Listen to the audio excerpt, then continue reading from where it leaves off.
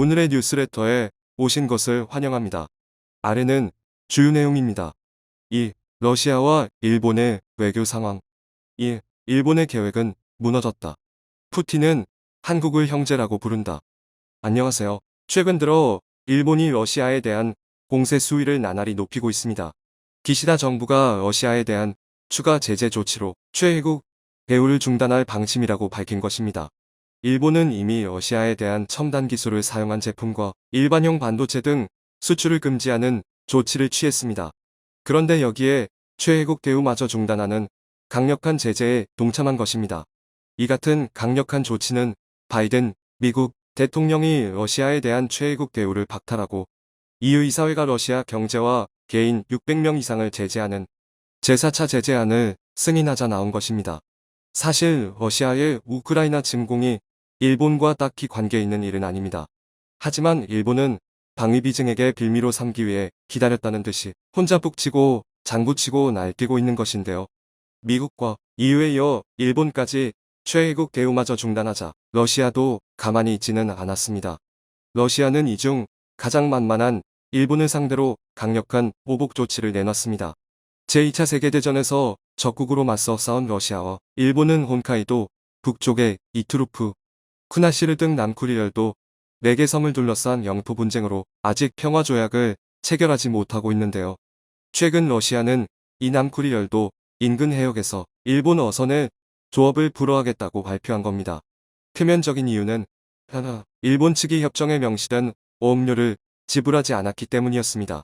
하지만 속내는 일본의 제재가 나날이 강력해지자 열이 받은 러시아가 일본이 가장 민감하게 여길 만한 조업 불허 방침을 밝힌 것입니다.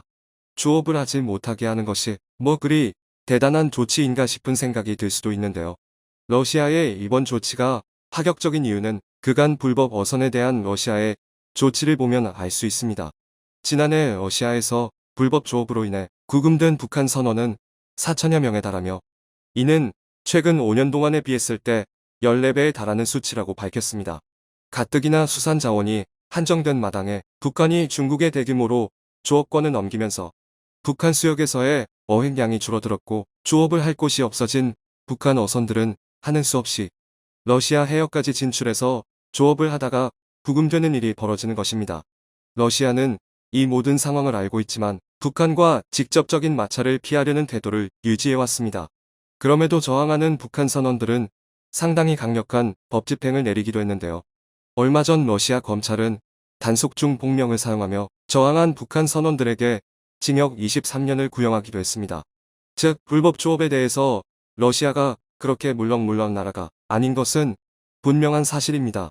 특히 중국의 불법 어선에 대해서는 토사격을 주저하지 않고 끝끝내 침몰까지 시키는 집요함을 보였습니다. 전 세계 이곳저곳에 출몰해 수산 자원을 싹쓸이해가는 것으로 악명이 높은 중국 어선들은 국제깡패로 불릴 정도로 불법 조업을 일삼아왔지만 러시아 영해에는 접근하지 않고 있습니다. 과거 중국 어선 2척이 한반도를 돌아 러시아의 배타적 경제 수역까지 가서 불법 조업을 하다 러시아 당국에 납포됐는데 이날 러시아 경비함은 한포 사격을 가한 후 중국 어선을 납포해버렸습니다. 지난 2009년에도 러시아는 동해에서 밀수 혐의가 있는 중국 어선에 직접 발포한 적이 있었습니다. 당시 어선이 침몰하면서 중국 어민 7명이 숨지거나 실종됐습니다.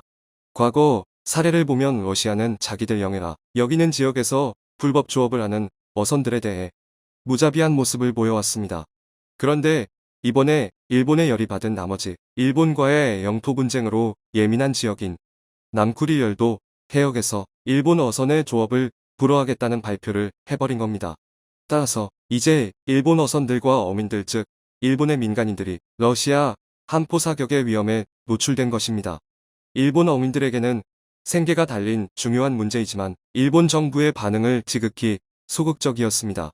사실 일본은 그간 러시아에 대해 입으로만 강하게 나갔을 뿐 실제 행동은 매우 조심스러웠습니다. 러시아가 남코리아도 해역에서 일본의 조업을 불허한다는 방침을 발표하자 일본의 조치는 고작 관방장관이 기자회견을 통해 유감을 표명한 게 다였습니다. 심지어 얼마 전 있었던 일본 관광선 침몰 사건에서도 러시아의 심기를 건드리지 않으려고 애쓰는 모습이었습니다. 관광선 침몰 사고 당시 일본 정부가 자국민의 생명이 걸린 구조작업에서 러시아와 충돌을 우려해 제때에 빠른 수색을 하지 못한 것으로 알려지면서 국민들의 거센 비난을 받아야 했습니다. 일본 홋카이도 앞바다에서 관광선이 침몰하고 10명 사망, 16명이 실종됐을 때 일본은 사고 지점이 러시아 핵 잠수함의 둥지로 불리는 해역이란 것을 확인하자 실종자 수색에 적극적으로 나서지 못했습니다. 사고 지점은 러시아가 대미 전략상 중시하는 홋카이도 북쪽 오호츠크해에 속해 있었고 러시아는 이 해역에 미국을 겨냥한 미사일을 발사할 수 있는 핵 잠수함을 배치해 미사일망을 구축하고 있는 곳이었습니다. 따라서 당시 자위대 간부는 이 해역에서 해상보안청, 구조선 같은 선박이 활동하는 것에 대해 러시아로서는 해저지형이나 설비의 존재 등 군사정보가 파악될 수 있다는 점을 걱정할 것이라며 난색을 표했습니다. 러시아와 일본의 관계가 그 어느 때보다 최악이다 보니 실종자 수색과 같은 중요한 문제조차 양해나 협력을 구할 수 없게 된 겁니다. 이렇게 이 해역에서 일본 정부가 실종자 수색에 미온적으로 대응했고 결국 실종자 수색이 사고 2주나 지난 뒤에 시작되자 국민들의 실망은 이만저만이 아니었습니다. 러시아의 눈치를 보느라 자국민의 생명을 구하는 중요한 일을 제대로 하지 못한 것입니다. 그럼에도 일본은 여전히 방위비를 올리겠다며 겉으로만 센 척을 하고 있습니다.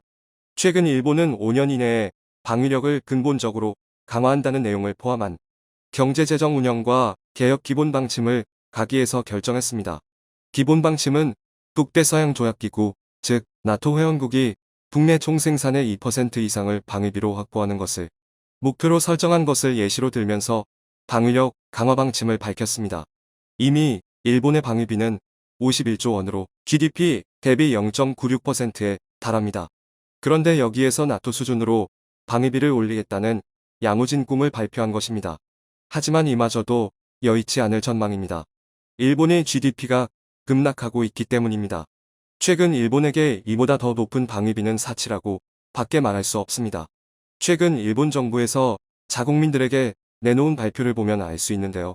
일본 정부는 얼마 전 국민들에게 에어컨 사용은 물론 텔레비전 시청까지 온 가족이 한 방에 모여 할 것을 부탁했습니다. 그만큼 일본의 전력난이 심각하다는 이야기입니다. 최근 일본의 전력난은 복합적인 이유가 있습니다. 원자력 발전소의 경우 2011년 후쿠시마 제1원전 사고 뒤 안전기준이 높아지며 재가동이 지연되었고 러시아에 대한 국제사회의 제재로 에너지 조달 상황도 불안정해졌습니다. 여기에 후쿠시마 앞바다에서 규모 7.4의 강진이 발생해 일부 발전소가 운행을 중단하자 전력난은 더욱 더 심각해졌습니다. 빨리 더워지는 일본의 특성상 이미 에어컨 사용량은 폭증하고 있습니다. 결국 일본 정부가 내놓은 대책은 에어컨은 가족들이 한 방에 있을 때 틀어라. 텔레비전은 가족이 한 방에서 같이 시청해라 등 1960부터 1970년대에나 나올 법한 부탁을 국민들에게 하고 있는 것입니다. 더구나 방위비를 증액하려면 경제가 좋아야 하는데 지금 일본의 경제 상황은 그야말로 최악입니다. 수년째 이어져 온 아베노믹스로 인해 일본의 경쟁력은 한없이 추락했고 결국 1인당 GDP는 세계 2위에서 28위로 뚝 떨어져 버렸습니다. 지난 10년 새 국민소득이 5분의 1로 줄어들었으니 GDP의 2%를 방위비로 잡는다 한들 방위비는 점점 더 떨어질 것으로 전망됩니다. 이런 상황에서도 방위비를 올리겠다며 러시아를 향해 입으로만 큰 소리를 치고 있는 것인데요. 조만간 에너지난으로 인해 북한처럼 어두워진 일본의 위성 사진을 보게 될 날도 머지않아 보입니다. 얼마 전 오직 한국을 제외하고 세계 정상들과의 전화회담을 가진 기시다 총리의 괴상한 행보가 연일 도마 위에 오르고 있습니다. 기시다 총리는 특히 러시아 푸틴 대통령과의 통화 중 9일 열도를 두고 빚져온 오랜 갈등을 시선해자며 다시 한번 러일 동맹의 중요성을 설파하는 한편 만에 하나 양국의 위협이 될 가능성이 높은 한국에 대해 함께 힘을 모아 대적하자는 말도 안 되는 논지에 카드를 꺼내든 것으로 알려졌는데요. 하지만 그에 대한 푸틴의 대답은 일본 전체를 얼어붙게 만들기에 충분했습니다. 한국을 적으로 생각한 적은 단 한 번도 없었고 대신 일본을 불바다로 만들 전략을 언제든 상시 준비되어 있었다는 것이었죠. 총리 임기가 시작된 지 무려 열흘이 넘어서야 한국 정부와 전화회담을 가진 기시다 총리는 바로 이웃 국가인 한국을 놔두고 왜 이제서야 대화에 응했는지 그 의도에 관심이 모아지는 가운데 러시아의 국영 미디어와 일간지에 의해 현재 그의 생각을 엿볼 수 있는 대목이 드러나 논란이 되고 있습니다. 일찍이 기시다는 총리에 오른 직후 미국과 호주, 인도 등 기본적 가치를 공유하는 우호국들과 중국과 러시아를 들어 긴장 속에서 관계를 정리해 가야 하는 중요 국가들이라 밝히며 의도적으로 한국을 패싱하고 있었는데요. NHK에서 공개한 총리 관저의 일정에 따르면 기시다는 미일 동맹을 외교 안보의 기축으로 생각하는 자민당의 기조를 그대로 밟아가며 특히 중국의 부상을 견제하기 위해 최근 중요성이 커지고 있는 퀴드 회원국 호주를 두 번째로 동화 대상으로 설정했고 세 번째로 인도 나렌드라 총리와 회담을 가진 것을 두고 앞으로 인도태평양에서의 활동 무대를 넓힐 일본의 사심이 그대로 드러난 것임을 보도했습니다. 다만 한일 간의 냉담한 관계는 그의 첫 소신 표명 연설에서도 확인할 수 있었는데 기시다는 외교안보 분야를 설명하면서 자유와 민주주의, 인권의 지배라는 보편적 가치를 지켜낼 것이라며 미국을 시작으로 아세안 유럽 등의 동맹국과 협력할 것임을 밝혔지만 한국 관련 언급은 동맹국과 동지국 더 나아가 중국과 러시아를 모두 열거한 뒤 짧게 등장했을 뿐이었고 심지어 그는 양국 관계를 건전한 상태로 되돌리려면 일본의 일관된 입장에 근거해 한국 측의 적절한 대응을 요구할 것이라며 위안부와 강제동원 피해자에 대한 배상과 보상 문제에서 한국이 먼저 납득할 수 있는 해법을 마련해야 할 것을 강하게 주장했습니다. 다만 눈에 띄는 것은 지난 1월만 해도 현재 양국 관계가 매우 엄혹한 상황에 처해 있다는 중립적 입장을 내놓은 그였기에 이번 연설에서 관련 언급이 일체 없는 대신 일본이 현재와 같은 냉랭함 속에 한일 관계의 새로운 균형을 노리고 있는 것이 아니냐는 나름 긍정적인 추측을 내놓기도 했죠. 하지만 러시아 현지 언론을 통해 전신 기시다의 노림수는 그런 성격의 것이 전혀 아니었는데요. 얼마 전 기시다는 푸틴 대통령과의 전화회담 중 러일 평화조약 체결을 위한 협상안을 처음으로 THLH 들었는데 이 같은 행동의 배경엔 중국과의 대치를 앞두고 부담을 느낀 일본 정부의 입장에서 지난 10년간 쿠릴 열도를 두고 빚어진 양국의 마찰을 의식해 적국을 하나라도 줄여보겠다는 고도의 계산이 깔려있는 것으로 예상됐습니다. 실제로 양국은 전쟁 직전에 일촉즉발 상황까지 갔었던 적이 이번이나 있었는데 제국주의 시절 버릇을 아직도 버리지 못하고 새로운 영토에 대해 끝없는 야욕을 보여주고 있는 일본은 오히려 독도보다 쿠릴 열도에 더 많은 관심을 보이고 있었는데 이는 지하 자원이 풍부한 데다 향후 미국, 알래스카와 이어질 수 있는 베링의 협과 매우 인접한 곳이기 때문으로 2차 세계대전부터 적국이었던 양국은 남쿠릴 열도 영유권 문제를 두고 팽팽한 접전 끝에 지금까지도 아무런 평화조약을 체결하지 못하고 있었죠. 러일 전쟁에서 승리한 직후 쿠릴 열도를 점령하고 있었지만 샌프란시스코 강화 조약에 따라 이곳에 대한 모든 권리와 소유권 그 외 청구권까지 포기해야 했던 일본은 러시아 영토로 편입이 확정된 이후에도 지속적인 집착을 보여왔고 이에 보다 못한 러시아 측은 핵무기 탑재가 가능한 전략 폭격기인 투-95기를 출격시켜 각각 2008년과 2012년 두 차례 일본 상공 인근을 비행하는 등 아찔한 장관을 연출하기도 했습니다. 당시 러시아 측은 일본 외무성에 항의해 자신들은 일본 영공을 침범하지 않았고 국제법을 철저히 이행한 비행훈련이라 해명하면서도 중국 매체인 환95를 통해 일본에 접근한 전략 폭격기는 전투기와 싸우기 위한 용도가 아니고 마음만 먹으면 1000km 이상 떨어진 곳에서 핵탄두 미사일을 날릴 수 있는 능력을 갖고 있다며 러시아 공군은 20분 이내에 일본을 지구상에서 소멸시킬 수 있다고 부름장을 놓아 일본 정부를 경악케 했습니다. 이 같은 협박이 나름 먹혀들었는지 이후 일본 정부에선 쿠릴 열도와 관련된 망언과 도발을 현저히 줄여나갔는데 상황이 이쯤 되자 기시다 총리는 현실적으로 러시아와의 전쟁에서 승리할 가능성이 희박한 만큼 쿠릴 열도를 포기하고 대신 러시아와의 관계를 강화하여 독도라도 확실히 손에 넣겠다는 전략으로의 선회를 결정한 것이었죠.